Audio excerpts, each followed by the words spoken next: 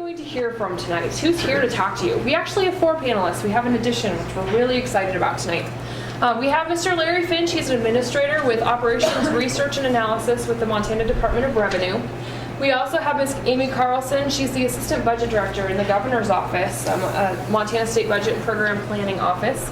Mr. Stephen Anderson, he's our addition this evening. He is the Director of the Montana Field Office for the USDA National Agriculture Statistics Service. So interesting office and has some exciting information to share with you. Dr. George Haynes, he's a professor, but he's also in Extension, and he's an agriculture policy specialist here on campus. You'll also hear from Dr. Stock. She's the co-department head in the department. She's going to talk to you a little bit about the department, if you become a student in the program, what that might look like. And then Emily Edwards is here tonight. She's going to talk to you a little bit about the Academic Advising Center and the opportunities available to you there. So with that, I'm going to turn it over to our panelists, invite them up, and welcome. Come on up.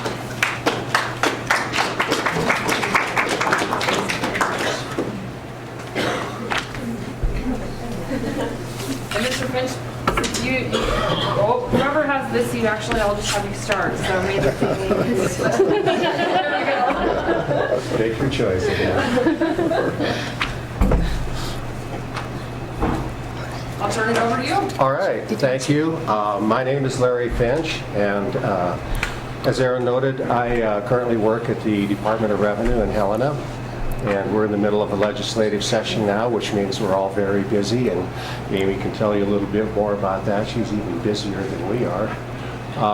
But I wanted to visit with you a little bit tonight about what it means to be an economist and what you could expect in your lives if you decide to pursue a career in economics. And I, first of all, want to say I'm really happy to see that there are quite a few people here in the room tonight that are even interested in pursuing a career in economics. It's in the past not been called the dismal science for anything, and it's we'd like to take that and turn it around to make you understand a little bit more about the topic of economics and make you realize that it is really not all that dismal. As a matter of fact, when I was first getting started in my college career, I had gone through several programs. I almost got a minor in philosophy. I did some sociology, majored in some math for a while, and I got an undergraduate degree in business, finance, and then I decided to go to graduate school in economics, and that's where it really all came together for me. Because when you study economics, it brings all of those disciplines together. It really does. I mean, to really get into and understand economics, you have to understand the philosophy of how people work together in the world. There's a book called The Worldly Philosophers that I would recommend all of you read, whether you become an economics major or not. So it encompasses philosophy, it encompasses psychology and how the human mind works at the margin. We are all operating at the margin every day of our lives, making decisions in split-second mode. And it encompasses sociology, and of course it encompasses a lot of mathematics and statistics that we need to apply to real-world models of how the world works to verify whether or not the things that we think about the world are in fact true or not. And so it all comes together in this big thing called economics, which I think is really one giant interdisciplinary thing all in itself. And I found that to be really, really exciting. And I think if you folks decided to get into this thing, you would find the same thing to be true. Where can you go with a degree in economics? Well, there are a lot of opportunities in Montana. I can't tell you about all the opportunities that are available in the private sector, but I can certainly tell you that in state government there are a lot of opportunities in economics in Montana. Up in Helena, economists are being hired at the Department of Environmental Quality, particularly economists with a bent toward environmental economics. But economists are hired in the budget office. Amy can talk to you more about that. In the legislative fiscal analyst office, in the Department of Revenue, in the Department of Labor and Industry, in the Department of Public Health and Human Services. There are all kinds of roles for economists in the state of Montana government, and even I would say in opportunities in some of the larger counties for economists to work in some of the county governments. I would sincerely hope the world needs more economists. but not too many more. Those of you in the program know what I mean by that. But I hope you would seriously give some consideration to pursuing a career in economics. I think you would find it extremely fulfilling. I certainly have. It has given me plenty of opportunity to exercise all of the things, all the wonderful things they're going to teach you here at the university. And I hope you give it a good shot and think real hard about it.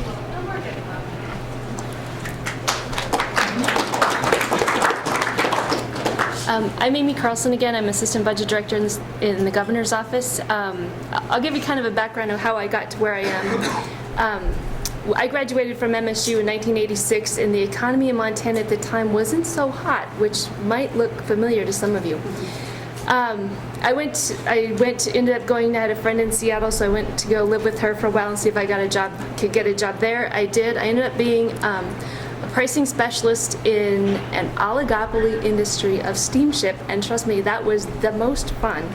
I mean, the dynamics of an oligopoly are fascinating in textbooks, but it's even more fun in person. So what I did is rate analysis, negotiated contracts. We did pro formas on potential business ventures. That's the type of work that I did there. And officially, I was called a transportation economist or a pricing specialist. That was kind of my title, but it was a bit, I don't know what you call it, but that's what I did. I did that for about 6 years, and then my husband and I wanted to move back to Montana. And so then I tried to get a job in Helena and ended up with state government in the governor's budget office. I started as a budget analyst for analyzing university system budgets, which was fascinating. Of course, we brought me back to MSU on occasion, and didn't always win me friends at the campus level. You can talk to some administrators about me, I'm sure. But it was fascinating. I learned a lot about, state government and, the university system. But I guess the thing I'd say to you is that the thing that pushed me into, then I learned K-12 budgets. Then I kept pushing the envelope on what I could and wanted to learn about. And then by kind of pushing that envelope all the time, I guess that's pretty much how I got promoted to where I'm at. So it's just kind of working your way up the hard way, I guess. As far as the types of people that we hire as economists in our office, primarily on the revenue side, but also we have people that have a background in economics in the budget side like I had. Oh, I forgot to tell you one other thing. When I was in Seattle, I went to night school and got an MBA, so that contributed to my more well-rounded background and understanding on things. So I would encourage you that to do that, I guess, is to go get a job and then get a master's degree. I think if you want to advance in economics, Larry's got a master's in economics. I looked at econ, I looked at law, I looked at MBA when I was searching for that, and I ended up with the MBA.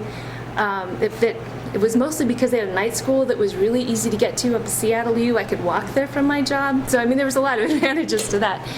But I definitely would encourage you to do that at some point. It doesn't have to be right after a 4-year degree. It can be later when it fits into your life or whatever, was my point. So I'd say that the people that in our office that tend to be the cutting edge type people tend to have master's degrees. They've worked, gotten their master's, and then worked some more, and then they can work their way up. So I guess that's pretty much all I have to say. Curiosity, being driven to keep pushing the envelope on what you understand and how you can make an organization valuable is, I think, the key to success in any job, probably, but certainly within economics. Okay.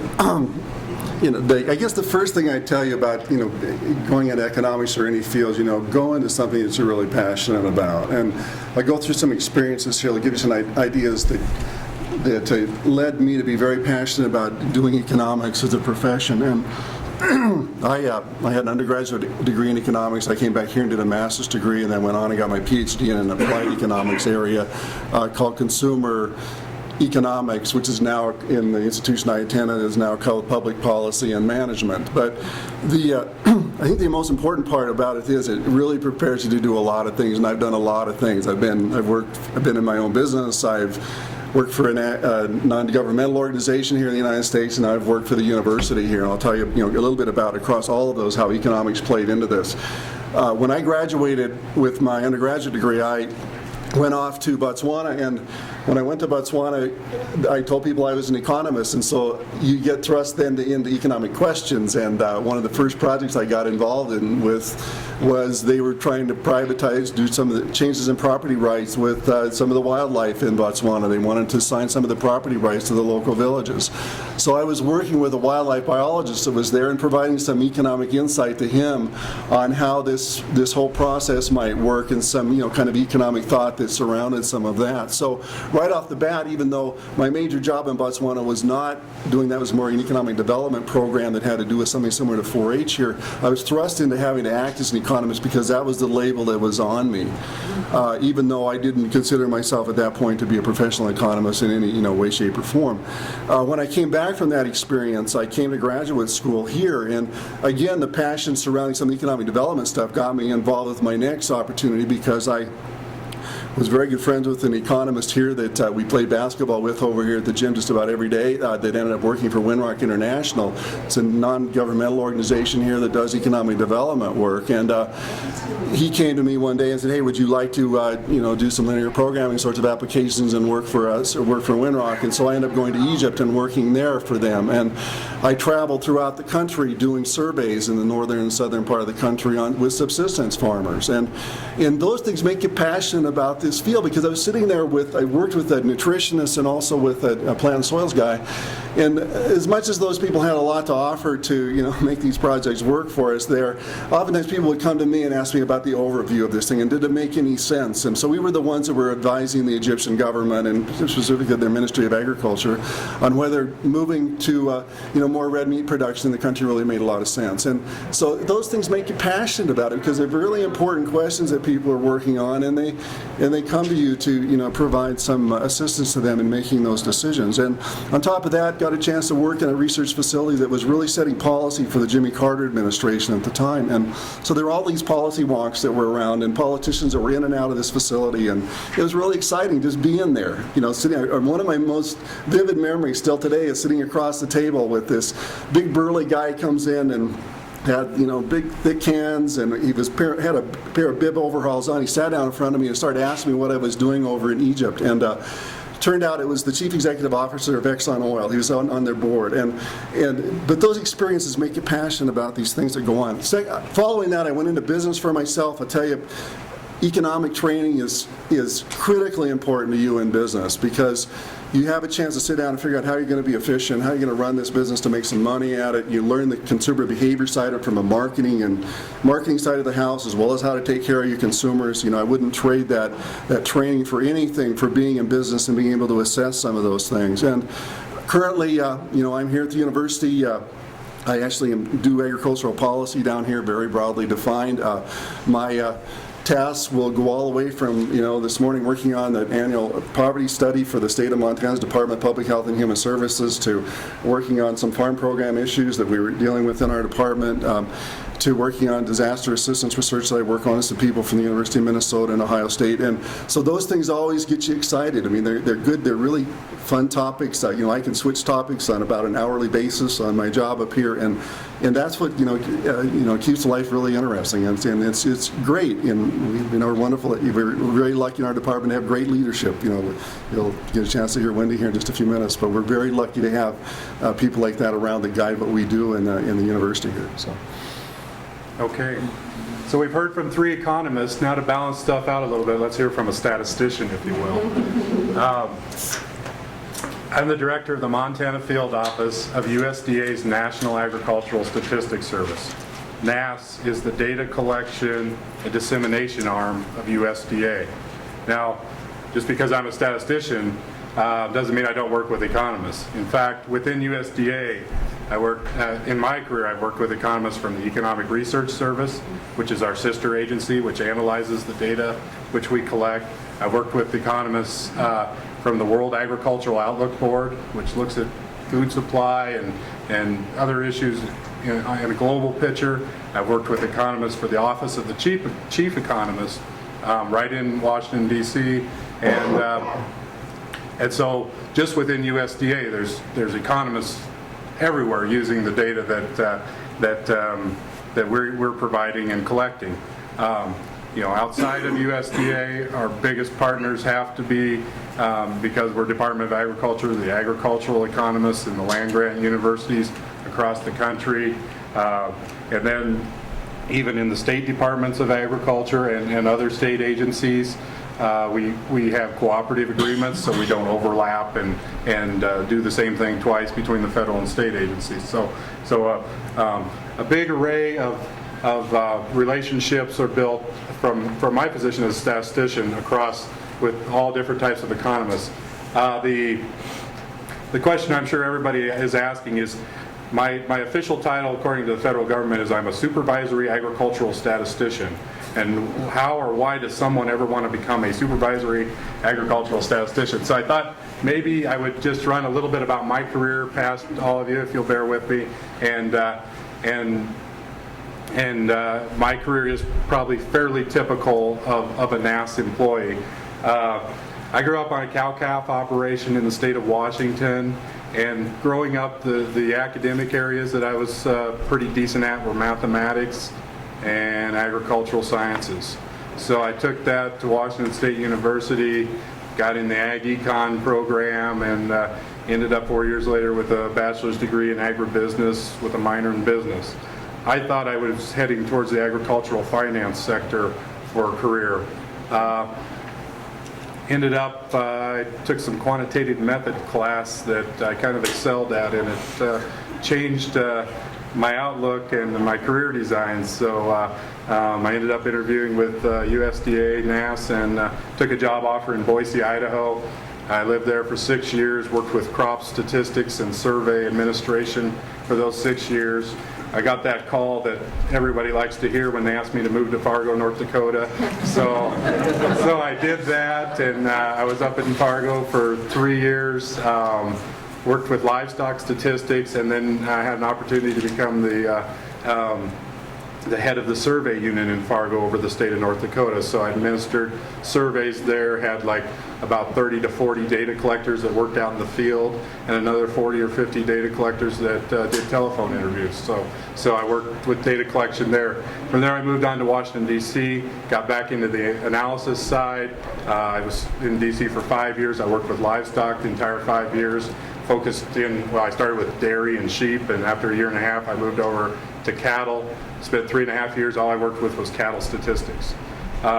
From there, moved out to Colorado. I became a supervisor, had the opportunity to supervise 20 people on the front line for all the statistical programs in the state of Colorado. And as of March 1st, moved on to become the director in Montana. So that's just kind of an outline of the opportunities I've had. I would say that I've probably been a little more mobile than most, but I do credit that for making me who I am today. Every time I've moved, I've learned something, and I've gained from working with different managers and different experiences. So keep that in mind, as well as when not only academics but work experiences and anything else that you can grab, just to make you a well-rounded applicant as you finish your college years. Thank you. I'd like to turn it over to you as an audience, and any questions that you have for our panelists, we'll open it up to that. Anybody want to start us off? All right. Go ahead. What was you said you got into quantitative outlook? Is that what you said? The first statistics class that I took as an undergraduate was quantitative methods, and it was through the business department there. So it wasn't just a basic stats class. You got a question over here? Go ahead. Are you pretty much stuck in cities? If you're, do you have to live in a city pretty much to do this kind of anything in economics? Is Helena a city? Right. No, you don't have to go to the city. You can work in Helena.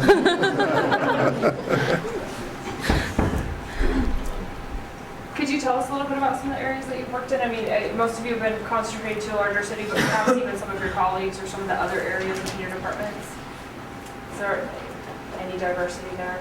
USDA, perhaps even with, In NAS, we have 45 field offices in almost every state. The size of the cities range from Washington, D.C. and Denver are on the big end of things, and Helena and Las Cruces and Des Moines are in the more rural areas, I guess you'd say. And Botswana and Egypt.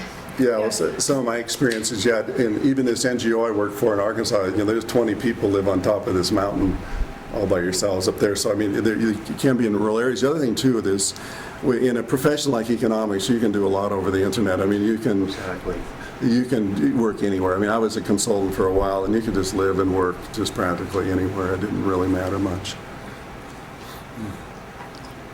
go ahead. I guess directed to anyone on the panel, did you know exactly what area of economics you wanted to work in, or is it more trial and error, getting jobs, spending time out there? I guess, is that okay, rather than knowing exactly what you want to go into with a degree in economics? Well, I'd say a lot of times it depends. I mean, there are programs in some universities where, I think I mentioned before, I've got friends who work in Helena who got their degree in environmental economics. And obviously they were gearing themselves towards working with the environment and environmental issues, and that was their choice to go into that. With a general degree in economics, like what I graduated with that had no specialty associated with it, I took the first job that came along. I got a degree, I wanted to use it to start making money, and so I grabbed the first job that came along, which was in Helena.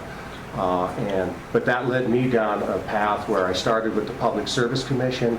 So, I got all Alfred Kahn's books on, public utility regulation, and I got involved in utility economics. Then I got a job offer over in the Legislative Fiscal Analyst's office that involved revenue estimation. So, I went back to some econometrics and strict application of econometrics, and then to the Revenue Department, where I spent the last 25 years in tax policy. So, I mean, you can pick and choose, Yes. And my comment to that is, when I was in school in economics, I was much more drawn toward micro, and then my first job was really micro, applied micro in a really fun way. And really since then, I've either done something that's much more business or policy oriented, maybe applied economic theory, but still just that. And if anything now, I mean, what I do now, I do both revenue and budget side of our office, and it's more of a macro concept there. So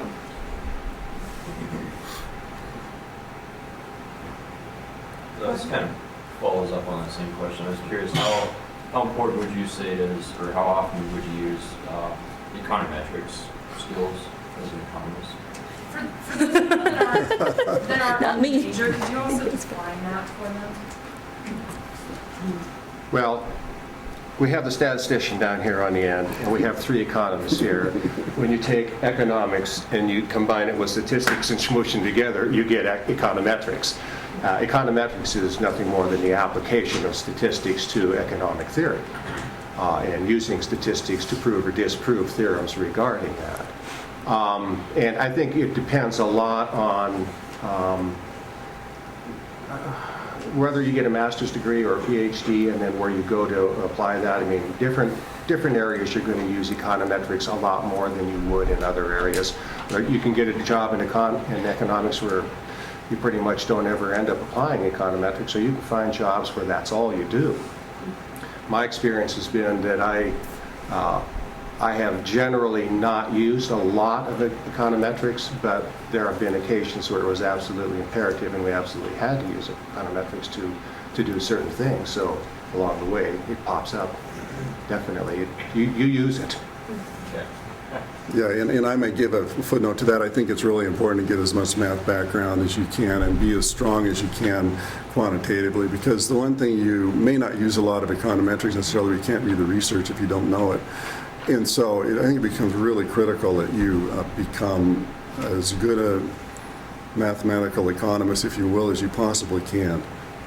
That's, as you go through time, this education ends up ratcheting up, and the way it's ratcheted up in economics is with, how skilled you are at mathematics. So I think it's very important. The research office in the department hires economists and statisticians.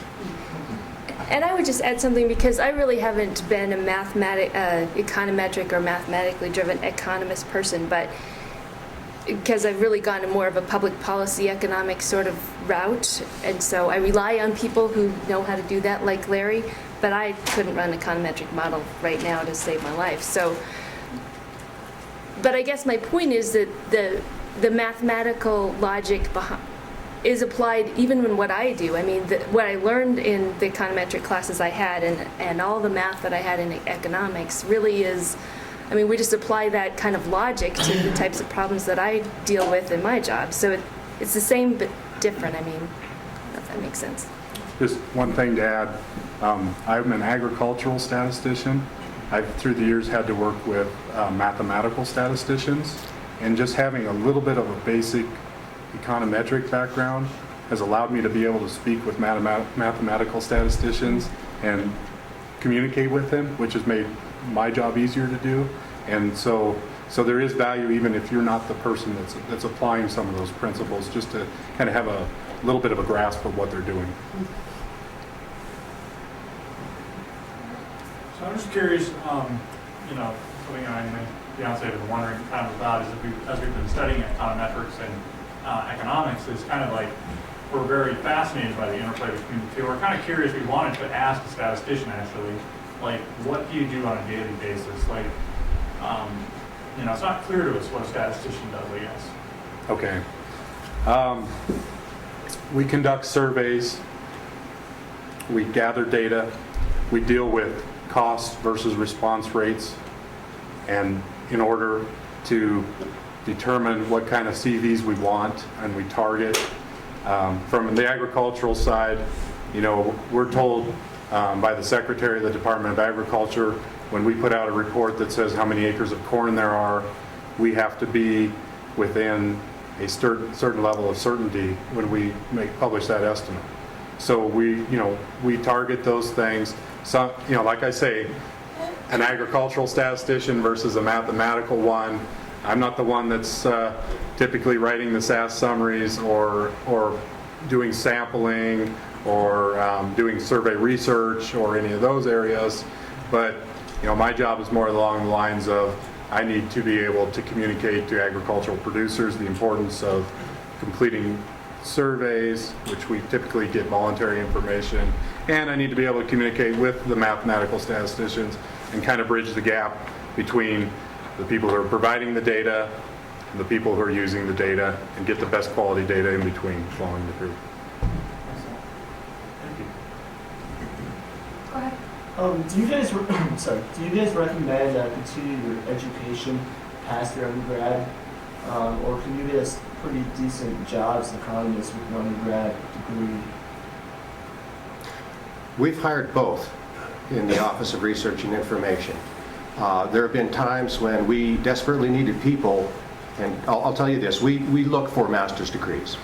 When we go to hire, we want master's degree people, but there have been times when there simply were no people with master's degrees coming out of the university system for us to hire.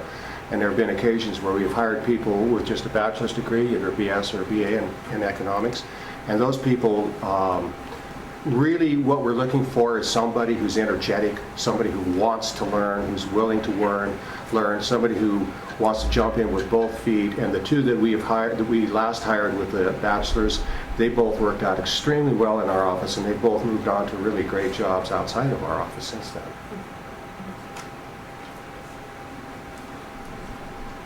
Could you describe some of the economic courses that you will take here at MSU, such as industrial organization, labor economics, and cost benefit analysis, and have you just isn't an economic program? Yeah, I can attempt to tackle that. I don't teach an instructional program in the economics side right now, but I just to go back to the same theme I gave you before. I think having background at their courses that are requiring some mathematics from you are important. Certainly the 301, 302 sort of thing, and then cast yourself as broadly as you can across the department. I mean, this department has a lot of resources, and that'll help you begin to target or define what you really want to do as an economist. When I originally went in the field, I thought I was going to be a labor person. I was for a while, but then I have a lot of other interests, and I suppose if I were to identify something now, I'm more of a development person, so I would have liked to have had a little bit of background on that as well. So that would be my advice to you, I think. So we have time for one last question. Okay, so I have a question for you all. If you could give each person in this room, oh, is there a question right here? I'm sorry, go ahead. Well, yeah, when I started doing the Econ Major, I never planned on being an economist. I was wondering if you guys could lead me in a direction of somewhere where you might use an undergrad Econ Major in the private sector where you're not really an economist. In Montana. Just get some application up. Like, I think a lot of business people are looking for general business degrees will hire you with an economics degree. Especially if you even have a couple accounting. their finance type. Yeah, take a couple accounting courses, and I think, pretty much they were looking for economics degrees or business degrees when they hired me in Seattle. So they would have hired me if I was a business major. They wouldn't have cared. So I found that they'll accept you as a blend. I think your economics background sends some important signals into the market. One of them, it's a rigorous program, so you've had to work pretty hard. And I think if you've survived here and done well in the program, at least at MSU, it's a pretty good signal that you're pretty smart, because it's a pretty good indication of your willingness to dig in and be able to think for yourself. It's very good in that way. So it sends important signals into the market that you may not get from other programs, especially in the social science arena. So. Yeah. Okay. So with that, we're going to open it up to Dr. Stock, who will tell you a little bit about the department for those of you that are unfamiliar, and those getting ready to graduate. Hopefully she can give you a tip on some things to think about as you're heading out the door. But first, I'd like to say thank you to our panelists, and hopefully you'll have an opportunity to ask them at the end a couple additional questions.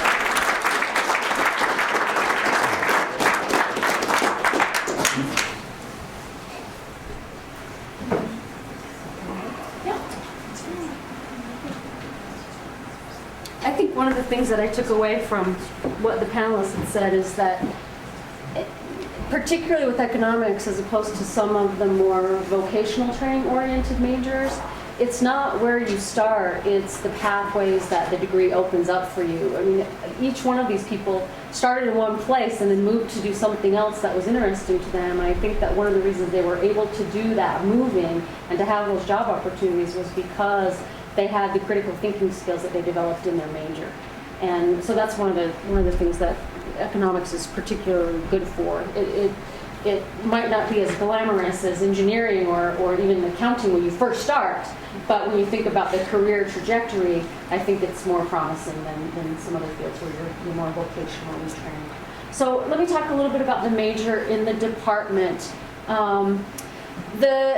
The department is called the Department of Agricultural Economics and Economics, and it's really a hybrid department. Some universities have these as separate departments on their campuses.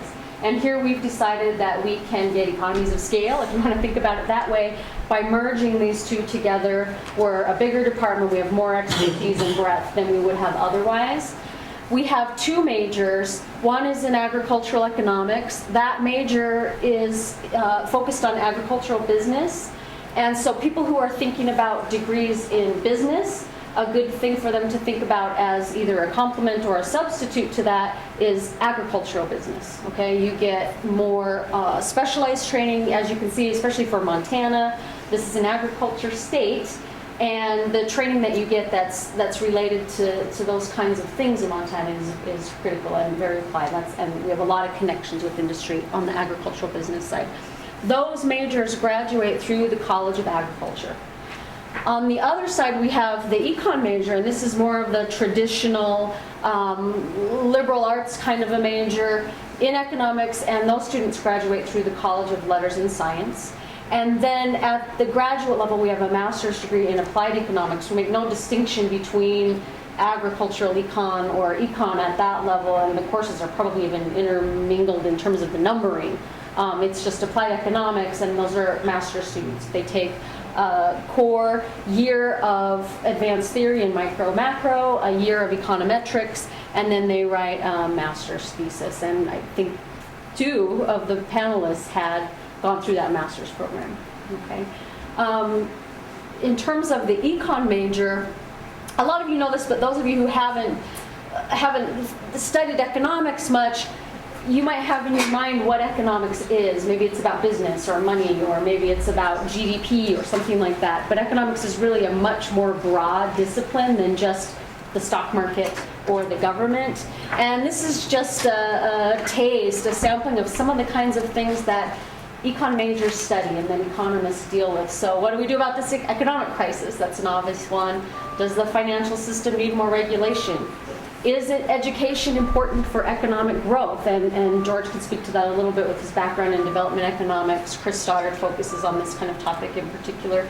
Why are some rich and others poor? That could be individual people, or it could be countries. Why are some countries so rich and have such high per capita incomes and others not?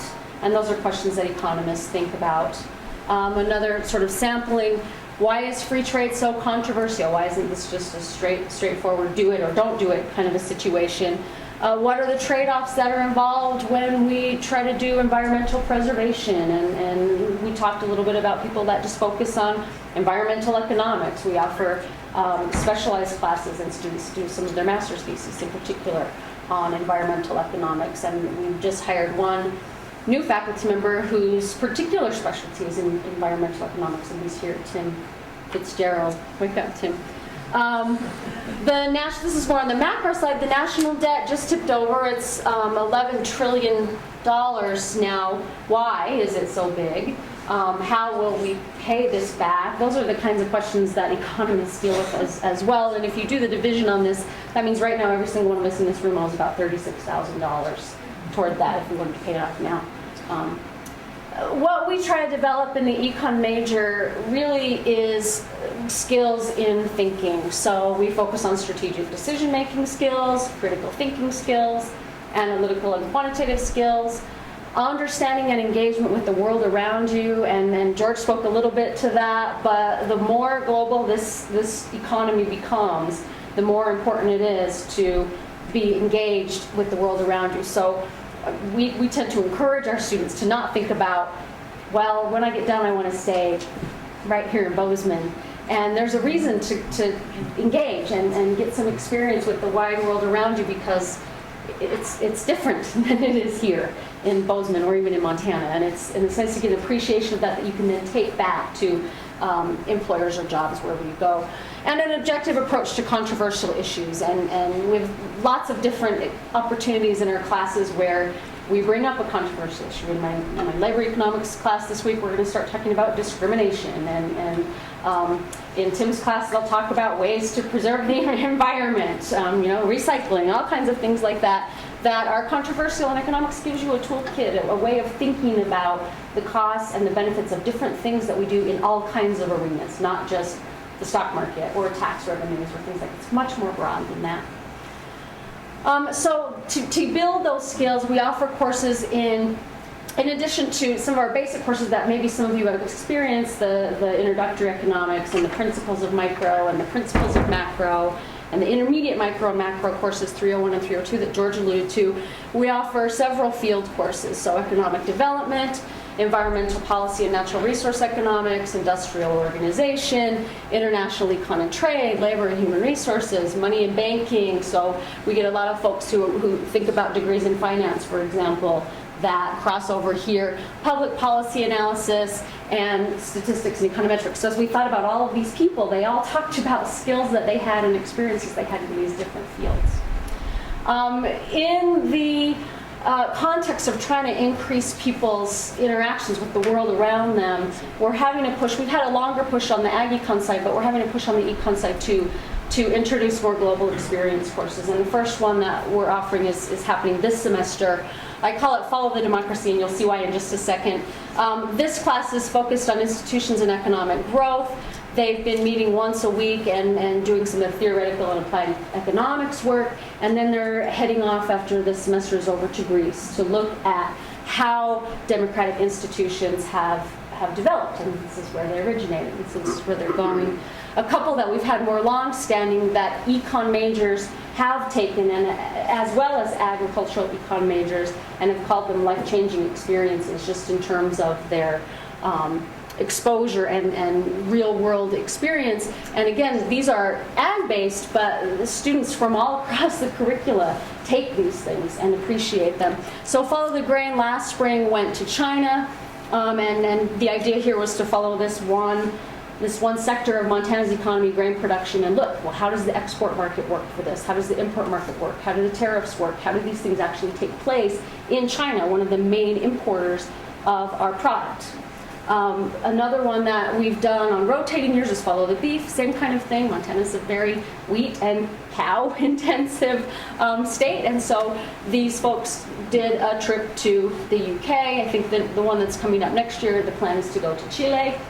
And then one more that we did this spring, more locally, was called Follow the Co-op, and the class went over spring break, this past spring break, to California to look at Sunsweet, Sun-Maid, and Blue Diamond almonds, the various cooperative institutions that they use in producing this particular good. But one of the benefits to think about when you think about economics is that you get a much more broad opportunity set than you would in other disciplines, because we have that merged with econ and ag business. You get more opportunities than you would otherwise. Jobs, we'll talk a little bit about that. There are some things. Financing, retailing, industrial sectors of the economy. So we have some folks from government here, but actuaries, education, journalism, investment bankers, security analysis, corporate finance, insurance law, politics, environmental regulation, government, and graduate school all have taken our majors readily. Particular places that employ our graduates, I just grabbed a short list. U.S. Bank, lots of sort of financial places, as you might imagine. The Government Accounting Office, the CBO, both in D.C. We have a former undergrad who now works on the House Committee on Natural Resources in D.C. Students who think about going on to graduate school, some take econ as pre-law, which is a great preparation for law school. Economics majors score higher on the LSAT than any other major. We have students from our undergrad program that have gotten into Cornell Law and University of Michigan Law, and we have a student at the University of Chicago now and JFK School of Government at Harvard. And one last thing, so if you haven't seen this on the internet, there's a program called Wordle, and you can type in some descriptive statistics, a bunch of text, and what Wordle does is translate that into words that are used more often appear bigger, and words that are used less often appear smaller. So I just took some of our descriptions of our department and pasted them in. And so when people say, well, what is economics about? This is what pops up. So this is kind of the things that we emphasize: policy, solve, think, banking, law, careers, decision-making, business. Students are emphasized very, very strongly. Skills, financial, we look at behavior and analysis. And those things. That's kind of sort of a snapshot of what the economics major focuses on. So, thank you. Thanks, Dr. Stock. And I'd like to introduce Emily Edwards. She's here to tell you a little bit about the Academic Advising Center. I'm ready to go back and be in economics when you do that. I can say that for sure. What we do in the Academic Advising Center, we are located up in 418 Reed Hall, and we help students who are in declared majors like economics. So if you already know what you want to major in and it happens to be economics, we can still help you. And ways that we offer help, we help our students consider what they can do in addition to their major to create a really dynamic experience for themselves here at MSU, as well as outside of MSU. So maybe in addition to economics, you really enjoy studying French. So we could talk about how a minor in a language can help you. Or maybe sociology, you're fascinated by the study of groups of people and how they interact. We can also help you figure out classes to get started in an area, even if you don't want to minor in it. What are other things that you've thought about at MSU? And we can help you explore a little bit. In our office, we have advisors on duty Monday through Friday from 8:30 to 4:30.